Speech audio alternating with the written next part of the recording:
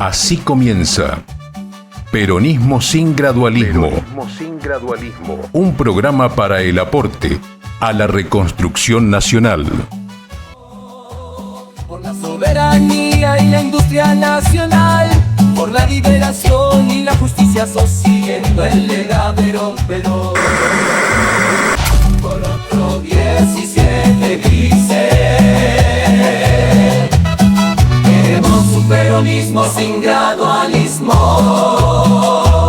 Con la Argentina que soñó San Martín, construyendo un futuro sin fin, gritamos con convicción y emoción. Queremos un peronismo sin gradualismo. Bueno, el programa de hoy es un programa especial, distinto de todos los programas que hacemos. En general hablamos de la situación política en Argentina, de la situación del movimiento político, sindical. Hoy, por ejemplo, deberíamos poder hablar de las luchas de los trabajadores para frenar la reforma laboral, que es una serie de reformas en el régimen de contratación, en la estabilidad laboral, en la política de la continuidad de la política hacia los trabajadores, que ya venía siendo afectada su capacidad adquisitiva, la capacidad adquisitiva del salario y la reducción de los puestos de trabajo a partir de la política industrial de Argentina. Digamos que la reforma laboral no trae ocupación o desocupación, sino que es la relación entre el Estado, la patronal y los trabajadores. Por eso que para nosotros siempre es importante hablar de la política económica industrial en la Argentina, que esa es la verdadera dadora de trabajo. Pero no me quiero ir por las ramas. Hoy, como es un programa especial, decíamos, de ensayo, por parte de la técnica de este programa, definimos tomar un tema que algún día hay que tomarlo con mucha profundidad para poder comprender el mundo y la Argentina de hoy. Hoy vamos a agarrar un libro, un bestseller, obligatorio para el sector de la política, de la militancia, de los analistas internacionales que quieren comprender el mundo en que vivimos. La derrota de Occidente se llama, de Manuel Todd, quien es un antropólogo, historiador y ensayista. Es francés, pero ha vivido en distintos lugares del mundo y explotó con un ensayo que hizo a todo el mundo revisar la mirada que se tiene especialmente sobre Rusia, pero sobre el escenario mundial a partir del 24 de febrero de 2022, que fue el momento en que la operación especial del Kremlin se yergue sobre lo que en ese momento era el objetivo principal, la ocupación de la capital ucraniana, Kiev. Putin, como presidente de Rusia, había analizado que el mundo occidental, la OTAN en ese momento como el brazo militar del mundo occidental, sobre todo el mundo occidental anglosajón, porque todos sabemos que es Estados Unidos y su aliado estratégico Inglaterra quienes conducen la OTAN y que mostraron en ese momento que estaban conduciendo el organismo internacional. La OTAN es la Organización del Tratado del Atlántico Norte, es una estructura militar que se constituyó en la Segunda Guerra Mundial, terminando la Segunda Guerra Mundial. tenía como objetivo intervenir en el mundo de la Guerra Fría, que posteriormente sobrevendría a la guerra, allí donde el mundo ya se estaba dividiendo. Paréntesis, nuestro canciller Bramuglia, el canciller del general Perón, intervino en la división de Berlín entre las 4 potencias de la Segunda Guerra, que se dividieron la capital de Alemania, como forma de también frenar una nueva escalada militar entre los dos ejes que habían ganado la guerra, el eje soviético y el eje norteamericano. Así que la pulsera, la capacidad de administrar el conflicto de nuestro canciller, desde una visión de la tercera posición, porque ya la Argentina no había participado en la guerra, lo cual le había dado entidad política para intervenir entre los nuevos adversarios triunfadores de la guerra que se querían dividir el mundo. Dividió Berlín en 4 partes y posteriormente en 2. Así que lo que conocimos posteriormente como Berlín del Este y Berlín del Oeste fue el resultado de una negociación de la Cancillería argentina. Ese mundo se siguió enfrentando. Y entonces vuelvo a decir, el 24 de febrero del 2022, pensemos que aquello había sido en el 44-45, la negociación de Bramuglia, 45 en realidad, va a hacer que la operación especial no prospere. Una acción, como dijo Putin, de autodefensa. ¿Por qué autodefensa, siendo que la operación especial es una incursión de una enorme cantidad de tanques y vehículos blindados sobre Kiev? Porque consideró que Estados Unidos estaba invadiendo el espacio soberano y sobre todo de influencia de la política de defensa rusa, digamos, acercando baterías y bases militares de la OTAN a Ucrania, violaba el acuerdo surgido luego de la Segunda Guerra, pero sobre todo luego de la derrota, de la caída del muro de Berlín, que hizo que ciertas negociaciones posteriores dijeran que había que acolchonar la frontera rusa y que esos países de la frontera rusa post Unión Soviética no fueran parte de la OTAN. Ucrania, los países del Báltico, Estonia, Lituania y Letonia, Polonia, Hungría, Bulgaria, eran países que no deberían llegar a la OTAN. Pero a lo largo del tiempo, sobre todo Ucrania, que es también corazón del Herland, y además Herland es el espacio geopolítico que alguna vez un geopolítico definió como el lugar a ocupar en el mundo. Los norteamericanos de entrada en el siglo XX definieron que el espacio vital de la meseta central de Eurasia era el lugar donde había que ocupar. Quien ocupara el Herland ganaría el mundo. Gobernaría el mundo, diría John Mackinder. Bueno, eso guió siempre la estrategia norteamericana. Así que cuando los rusos vieron que en Ucrania iba a haber un asentamiento de estructuras de defensa y misiles de la OTAN, definieron que luego de varias negociaciones y conflictos diplomáticos, definieron que tenían que avanzar sobre Kiev.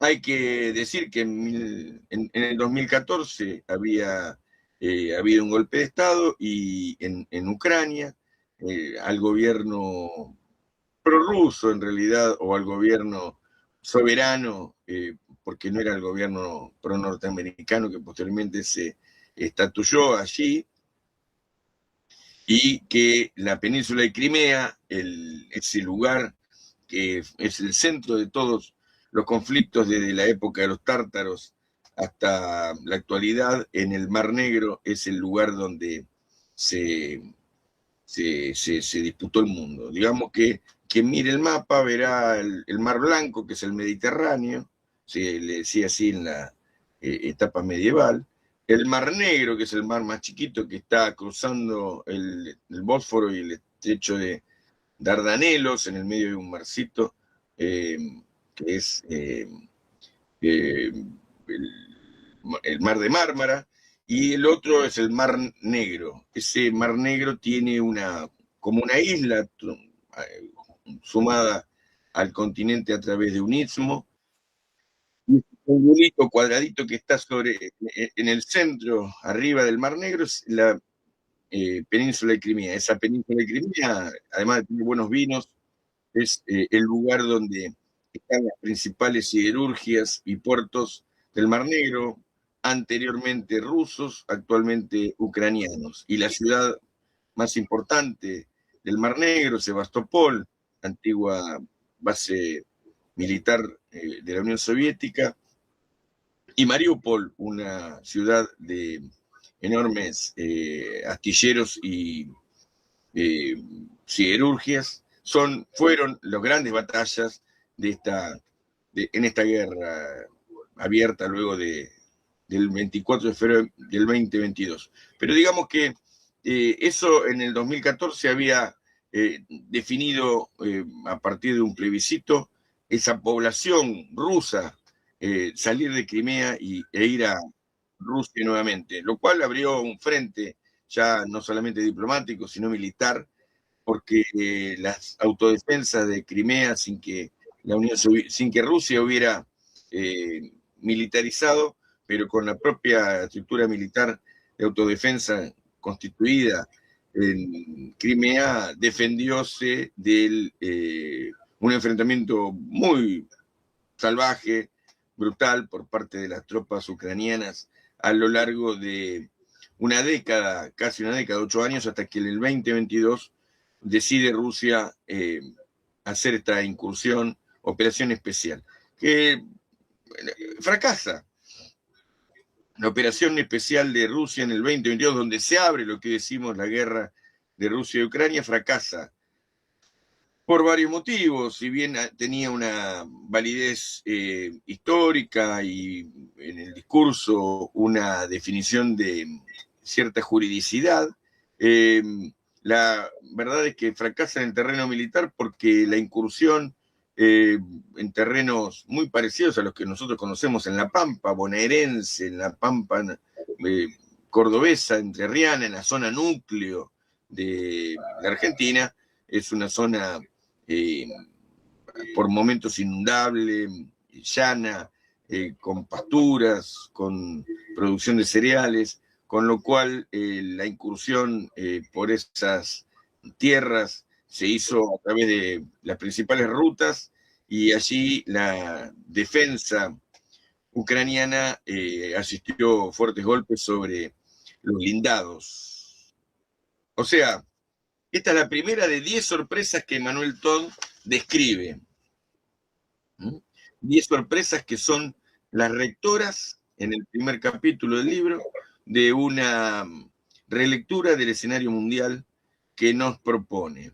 ¿Por qué entonces tenemos que volver al título? Volvemos al título, la derrota de Occidente, porque dice que no es solo una derrota militar, es una derrota geopolítica, histórica, estratégica, cultural, que estamos viviendo en estos tiempos.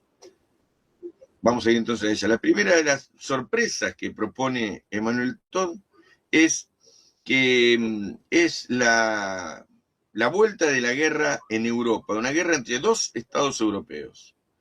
Desde la Segunda Guerra Mundial, que no había en territorio europeo un enfrentamiento entre tropas regulares de dos estados soberanos.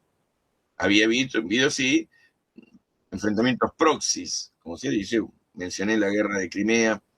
Podemos mencionar también los bombardeos sobre Yugoslavia, intervención por parte de Estados Unidos, que en forma directa y en aras de su histórica actitud colonialista, invadió Belgrado allá en los años 90 para destituir al presidente de Yugoslavia y de desarmar esa república que había consolidado y organizado el mariscal Tito, Broz Tito. Yugoslavia se partió en varias, entre sus provincias o naciones que convivían dentro de Yugoslavia, unas Croacia, Bosnia, Herzegovina, República de Montenegro y Serbia sobre todo, que era la provincia hegemónica, y allí se fueron constituyendo ejércitos regulares. Pero mientras que se constituyeron, podemos decir que eran ejércitos irregulares, por lo cual no se puede tomar como un antecedente de enfrentamiento entre estados soberanos. La segunda sorpresa, diría Todd, es que los adversarios no fueron, como se dijo siempre que iban a ser, Estados Unidos y China desde hace una década casi. Gobiernos demócratas y norteamericanos y republicanos decían que el enfrentamiento iba a ser entre Estados Unidos y Rusia, y China, disculpen, que es el gran enfrentamiento de esta época, la emergencia de China en el mundo como potencia de un nuevo capitalismo dirigido por el Estado, un Estado socialista, hacía que se previera que ese enfrentamiento en el terreno comercial podía derivar en un enfrentamiento militar. Bueno, esa es la lectura de Emmanuel Todd y de muchos geopolíticos. Diremos que Estados Unidos nunca pudo cruzar el Pacífico con verdadera potencia militar. Se vio en la Segunda Guerra. Para terminar la guerra con Japón tuvo que bombardear con bombas atómicas Hiroshima y Nagasaki. Los desembarcos en las islas fueron siempre muy costosos contra una potencia militar relativa del eje o la entente de la Primera y Segunda Guerra, que era en ese caso Japón.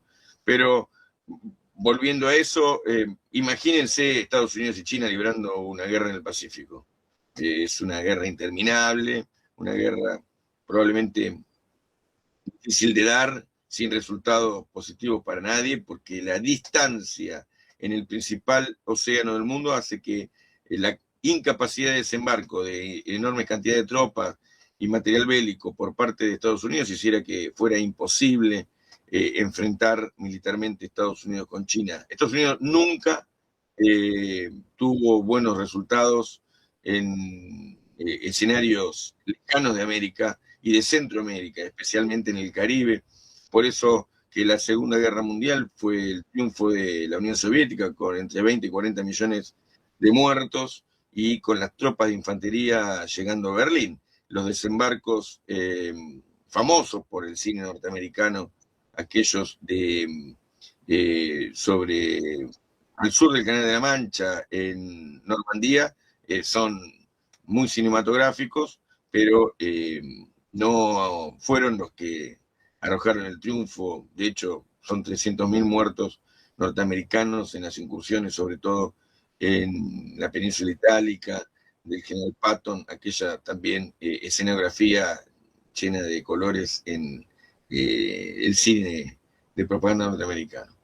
La segunda, decíamos entonces, es que no es un enfrentamiento entre Estados Unidos y China, sino que la segunda sorpresa es que Estados Unidos se enfrenta a Rusia, y digamos que Estados Unidos detrás de bambalinas, porque pone el material bélico para que sean los ucranianos, los soldados, aquellos que caen en el frente de batalla. Lo vamos a ver posteriormente con el Nord Stream y con otras operaciones directas que Estados Unidos puso en el escenario de guerra ampliada en la zona. La tercera sorpresa es la resistencia militar de Ucrania. Ucrania, un país, digamos, del tercer mundo, de la Europa del Este, un país que se dijo siempre era de una dirigencia política corrupta, con un Estado sin terminar de constituirse, sin historia, porque Ucrania como tal no existió sino hasta 1913, 14, que es cuando Lenin establece la República Socialista de Ucrania. Era sí una unión de distintos territorios, es en los 16, después de la Primera Guerra Mundial, de distintos territorios cooptados a Polonia y tomados de los oblast o provincias rusas, unifican en torno de un territorio que definió como Ucrania. Por lo cual no hay una entidad nacional ucraniana, sino una definición para la división administrativa de la Unión de Repúblicas Socialistas Soviéticas en sus primeros años, en los primeros años de la Unión Soviética. Dije Lenin en el 17, en el 20 y pico, porque Lenin en la Revolución Rusa es posterior a la fecha que yo mencioné, en el 17. La tercera sorpresa, decíamos, en la resistencia militar. Había sido por parte de la OTAN dado a Ucrania misiles antitanque Javelin, que son esos que vimos con rodilla en tierra a los partisanos o militantes o cuadros militares ucranianos que en forma de resistencia improvisada aparecían tirando a los tanques, y que generó una mística primera en la defensa de Ucrania. La cuarta sorpresa fue la resistencia económica de Rusia. Se establecieron a Rusia por parte de Estados Unidos, e impulsó Estados Unidos a otros países, sobre todo los europeos, a que se hagan unas enormes cantidades de sanciones, que por momentos fueron más importantes que las venezolanas y las cubanas y las iraníes, pero digamos que siempre hubo más sanciones a Cuba y a Venezuela que a Rusia, pero las sanciones, sobre todo económicas, y el intento de sacarlo del sistema financiero mundial, generó una resiliencia de la economía rusa. Rusia es proveedor principal de energía, gas y petróleo a Europa, y el encierro en sus propias, por no poder vender esa energía a Europa, generó que China cambiara de proveedores y lo convirtiera a Rusia en un proveedor principal, lo cual ese motor de la economía china, más la el desarrollo autónomo, autocentrado de Rusia, porque al no poder tener más ya la provisión de insumos industriales, insumos en biotecnología, laboratorios, farmacia, inclusive en insumos militares, hizo que con el motor de la guerra y una economía autocentrada, muy parecido a aquello que la doctrina Vicat y las doctrinas entre el 30 y el 40 hicieron que en la Argentina se desarrollara el Estado peronista, que fueron esto de vivir con lo propio, con lo nuestro. En esto de que la guerra en el mundo había, en la Segunda Guerra Mundial, sobre todo, se había generado una necesidad de autocentrarse de las economías, y en Argentina se teorizó mucho sobre esto de vivir con lo nuestro. Bueno, en Rusia apareció una idea de vivir con lo propio, y eso generó que, lejos de tener problemas económicos, tuvo los mejores niveles de crecimiento en medio de la guerra. La cuarta sorpresa. La quinta es el desmoronamiento de toda voluntad europea, dice Emmanuel Todd. Con la idea de que estamos analizando este libro de Emmanuel Todd, que es para mí el puntapié inicial de cualquier análisis geopolítico serio en un mundo que cambió allí en el 22, y que hoy tenemos que tener claro. Europa fue, posteriormente a la Segunda Guerra, uno de los agrupamientos más importantes en el escenario mundial. Digamos que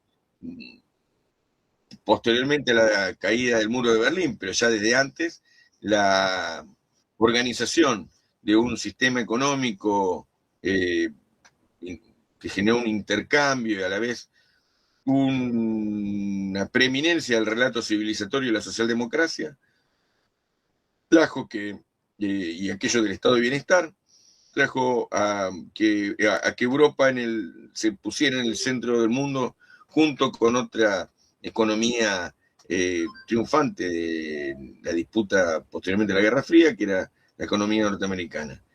Europa desaparece, yo me animo a decir, no lo dice Manuel Todd, luego de la caída del socialcristianismo en Alemania y la irrupción de la política progresista, ecologista de Scholz en Alemania, al momento de la irrupción o de la operación especial, hizo que Alemania perdiera la centralidad. Se perdió el proyecto alemán, industrial, nacional, que junto con el proyecto francés eran los que gobernaron Europa. Digamos que la unidad de Alemania y Francia le dieron entidad a la Unión Europea durante mucho tiempo, por eso eran el motor industrial. Pero bueno, fueron norteamericanos junto con los noruegos, porque otros países, ante la caída de la centralidad de Alemania y Francia, tomaron el centro de la política europea, sobre todo en una relación de sumisión a Estados Unidos, y los noruegos con los norteamericanos dinamitan, está demostrado, los gasoductos Nord Stream 1 y 2, con lo cual Europa pierde la conducción de sus propias fuerzas y por ende de su propia voluntad. Así que no pudieron, entre Scholz y Emmanuel Macron, conducir, pilotear. Nosotros los peronistas hablamos de conducción política, para nosotros esto es el pecado principal, ¿no? Que lo hemos cometido nosotros y otros, y claro, por supuesto es fácil señalarlo, difícil es conducir, ese es el otro elemento. La sexta sorpresa de la guerra fue la aparición del Reino Unido, dice Emmanuel Todd. Reino Unido se había ido del Brexit, en ese proceso complejo también de la caída, en el marco de la caída de la preeminencia de los conservadores en la Unión en Gran Bretaña, los británicos decidieron en un plebiscito raro salirse de Europa. Con el juicio a Facebook y otro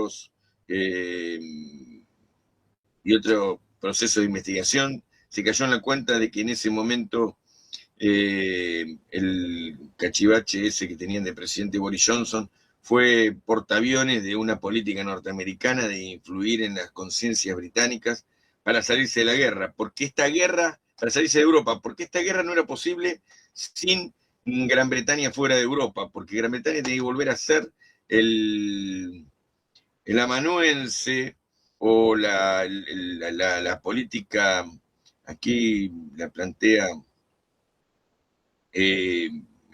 Emmanuel Todd como Sascandil antirruso, mosca cojonera de la OTAN, dice el autor del libro. Pero digamos que Inglaterra tiene que salirse de Europa unos años antes para ponerse más cerca que nunca de la estrategia norteamericana, que desde el punto de vista de los demócratas era empujar a la guerra a Europa, apoyado por Inglaterra, empujar a Europa a la guerra contra OTAN, contra Rusia.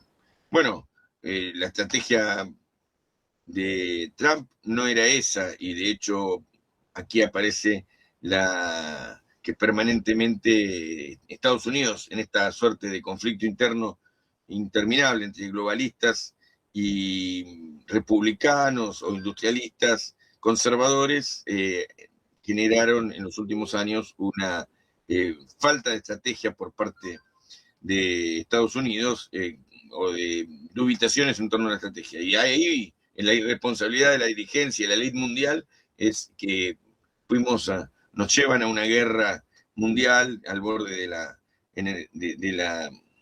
del conflicto nuclear. Digamos también que acá hay que hacer un paréntesis o poder entrar en esto.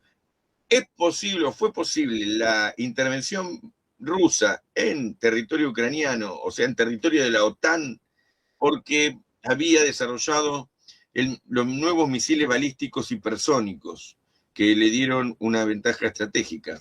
Esos misiles balísticos son portadores potenciales de carga nuclear, y además no son alcanzables por las defensas antiaéreas de la OTAN, con lo cual están inermes, desnudos, los países de Europa Central y de Estados Unidos, porque estos misiles hipersónicos, además de tener capacidad de alcanzar objetivos a miles de kilómetros, son inalcanzables para, vuelvo a decir, los misiles de los escudos de las defensas de los países centrales. Con lo cual, ahí con esos misiles hipersónicos tuvo a raya a Estados Unidos, interviene Rusia militarmente en Ucrania porque no puede Estados Unidos intervenir directamente, porque están al alcance de estos misiles que Estados Unidos no tiene, que ningún país de Europa Central tiene, y que sí tiene Rusia, y que entre paréntesis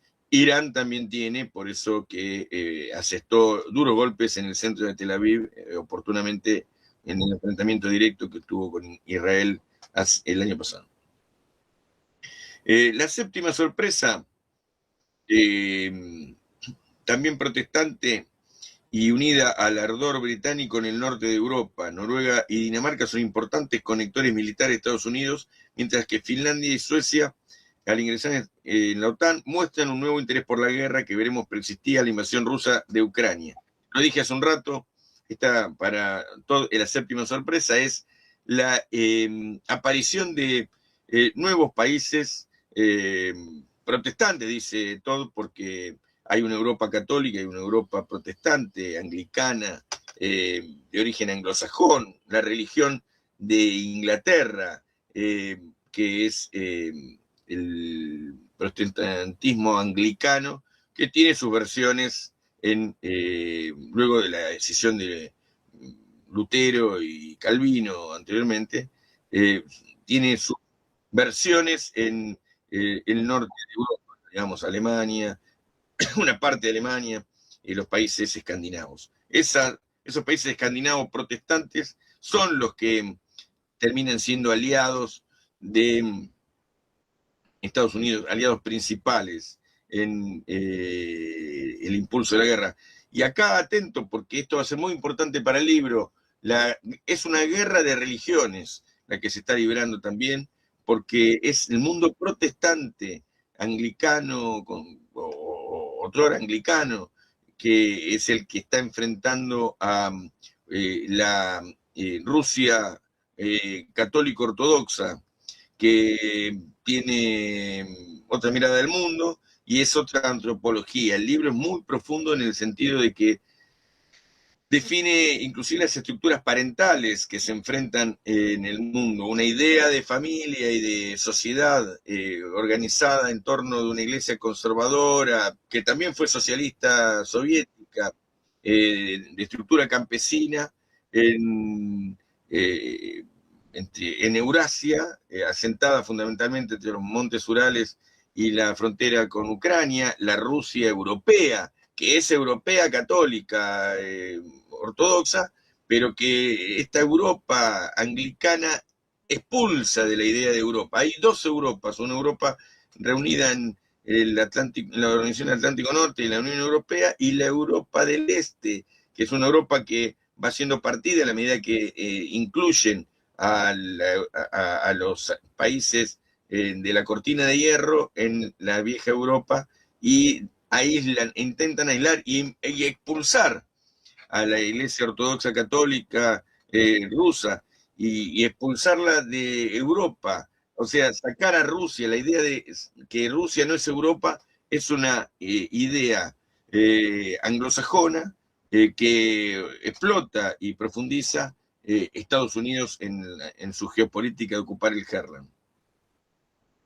La octava sorpresa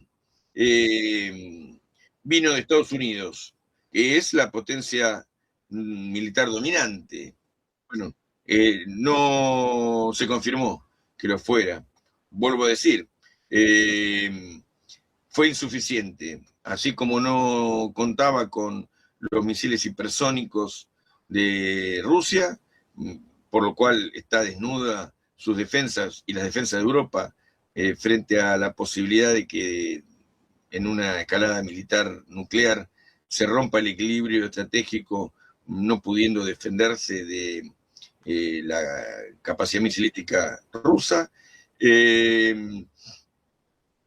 La economía norteamericana, lejos de fortalecerse en el medio de la escalada militar, se debilita, mientras que la economía rusa se fortaleció y la economía china siguió acumulando excedentes en el desarrollo de la de las nuevas tecnologías surgidas en post-pandemia, que se alojan con sus capitales en China y desarrollan los hiperconductores que hacen que hoy China sea una potencia tecnológica superior a cualquier otro país. Estados Unidos pierde el poco impulso de crecimiento que tenía, en torno del 1%, 2%, y empieza a tener problemas ya de depresiones periódicas, por lo cual deja de ser una potencia militar temible, si bien sigue siéndolo, por supuesto, pero no era aquella potencia militar capaz de garantizar el suministro de proyectiles a una Ucrania que había sido impulsada a una guerra contra una de las principales potencias militares del mundo, como sin duda siempre fue Rusia, porque tiene que defender sus 17 millones de kilómetros cuadrados. Rusia es el país más grande del mundo, lo vemos en el mapa.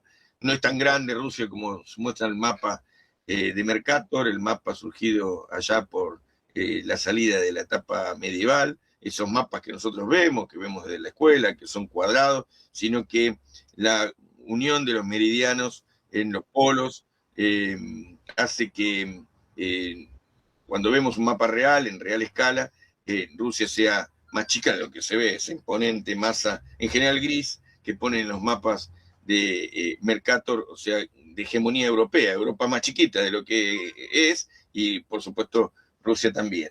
Por eso que en estos últimos tiempos hemos visto que el mapa de Groenlandia, que también nos impactó siempre como una gran isla, no es tan grande. Sin embargo, es por supuesto la más importante del mundo. Volviendo entonces a Rusia, Rusia es 17 millones de kilómetros cuadrados para tener una escala. Nosotros tenemos 3.300.000 y somos el octavo país del mundo. Estados Unidos es un país de 8 millones, como un poco más que Brasil. Son los grandes países del mundo. Rusia tiene 17 millones de kilómetros cuadrados. La novena sorpresa es la soledad ideológica de Occidente y su ignorancia de su propio aislamiento. Europa se pensó siempre centro del mundo, de hecho lo fue desde las incursiones colonialistas o de ocupación o de acercamiento, de encuentro de mundos en el siglo XV y en adelante. Desde 1492, entre comillas, el descubrimiento o conquista de América, comienzo de ese proceso, pero antes la vuelta al Cabo de la Buena Esperanza por parte de Portugal, que venía no sé la palabra, haciendo la vuelta a África y tratando de llegar a los a la isla, al paso de Malaca y a las islas en que iba a buscar especias, digamos, en torno de Japón, India y China, la conquista de los mercados, porque estaba cerrado el mundo por los islámicos. 1453, Mehmed III había tomado Constantinopla y entonces Europa salía a navegar el mundo. Ese impulso de aventura, de conquista, de colonización por parte de Europa hizo que Europa desde ahí hasta la crisis y esta nueva guerra fuera la centralidad del mundo. Por lo menos se arrogaron los europeos, hasta en el pensamiento, los pensamientos colonialistas de la Primera y Segunda Guerra, cada uno de los países tenía su idea de que tenía que ocupar una parte del mundo, los alemanes se quejaban de que no tenían, que en otros repartos no les había alcanzado, no les habían reconocido suficientemente su preeminencia europea, y bueno, por supuesto los pensamientos colonialistas eurocentristas que dominaron las ciencias, ¿no? La antropología, inclusive la sociología, pero en general las ciencias sociales surgen de esos pensamientos eurocéntricos de conocer el mundo y dominarlo. Nosotros conocemos claramente aquí que pasaron por aquí Darwin y posteriormente Hudson y tantos biólogos que juntaban material germoplasmático y clasificaban nuestras especies para llevarlas a Inglaterra y conocer al mundo biológico y conocer nuestras tierras para posteriormente desarrollar las patentes medicinales y bueno, todo lo que fuera necesario para las ciencias y el manejo de la tecnología que le diera cierta centralidad y dominio a Europa. Así que la soledad ideológica de Occidente se patentizó en esta guerra. Ellos pensaron que eran el centro del mundo y se encontraron solos, sin el apoyo de Estados Unidos, porque Estados Unidos intervino directamente con Ucrania, y lo que quisiera hacer estos dos países principales y sus adláteres, Alemania y Francia, y el mundo de Europa Central que acompañaba a sus padres en la definición de la política europea. Ursula von der Leyen, hemos visto, la presidenta de la Unión Europea, que infructuosamente intentó decir cosas, siempre terminó acompañando la política colonialista como caniche de la estrategia norteamericana.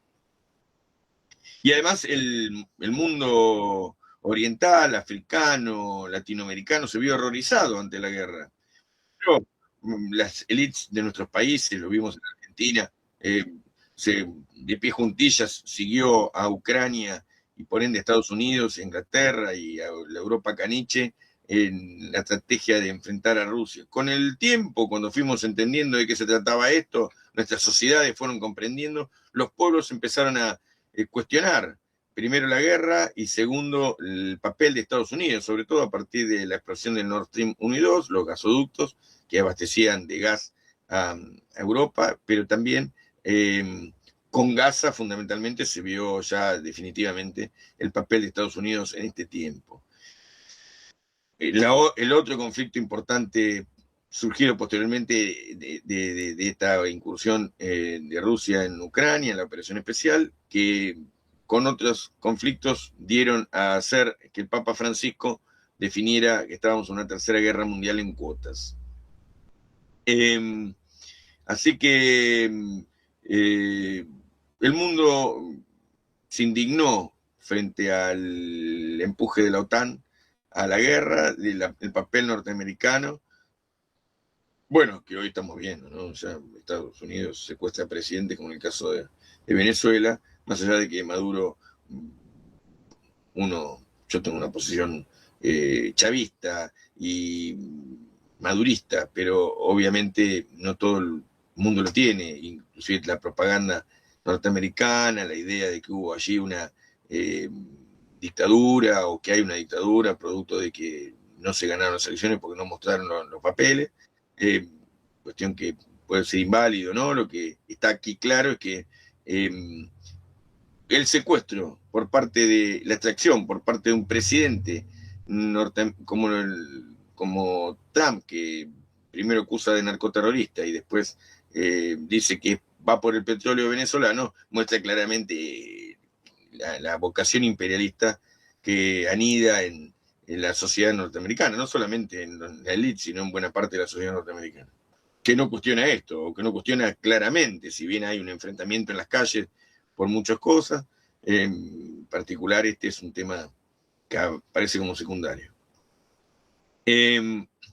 Bueno, los grandes países, India, China, Indonesia, los países de Medio Oriente, potencias económicas, sobre todo de producción de materias primas como Así Arabia comienza Saudita y los países Peronismo. productores de petróleo, se indignan, porque además la retracción de la economía genera problemas en sus economías domésticas. Los países productores de materias primas necesitan que crezca el comercio mundial, y esto trae recesión global, una recesión que profundiza la crisis que ya venía habiendo desde las burbujas de Lehman Brothers y la explosión del sistema financiero una década atrás. Y esta entonces es la novena. La 10ª y última sorpresa está en vía de materializarse, dice Emmanuel Todd. Esto hace año y medio que fue escrito. Sin embargo, todavía sigue en vía de materializarse, y es la derrota militar de Occidente, en el caso del enfrentamiento en territorio ucraniano. Ya hay una cuarta parte del territorio, que es lo que quiere Rusia, son los oblasts, o sea, las provincias de Donbass, Donetsk, Zaporilla y Kherson.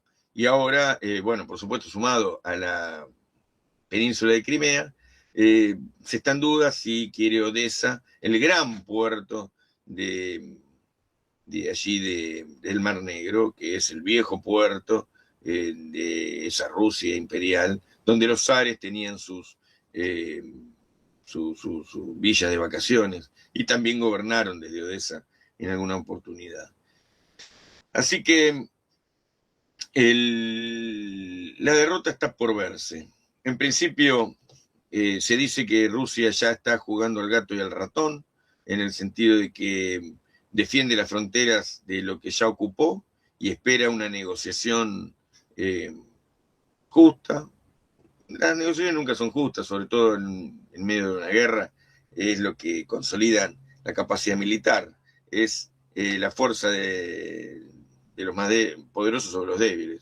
En este caso, la debilidad ucraniana lo lleva a tener que empezar a pactar, aunque no quiere Zelensky, que será seguramente colgado de una plaza en algún momento, como fue Ceausescu en Rumania, o como han sido otros que ya empiezan a hacer problemas para la élite del mundo, y el mundo occidental empieza a querer dividirse Ucrania en pedazos. Los polacos pedirán lo que perdieron en su momento, los norteamericanos, ya lo dijo Trump, van a pretender que se le devuelvan $350.000 millones, entre paréntesis nuestra deuda externa, la deuda externa argentina, sin haber tirado un solo tiro. Tenemos la misma deuda externa que lo que hoy dice Trump tiene Ucrania con Rusia, y con Ucrania con Estados Unidos, perdón, y seguramente otros países pedirán lo suyo. El caso de que Soros, por ejemplo, ya reclama campos, producto de que esos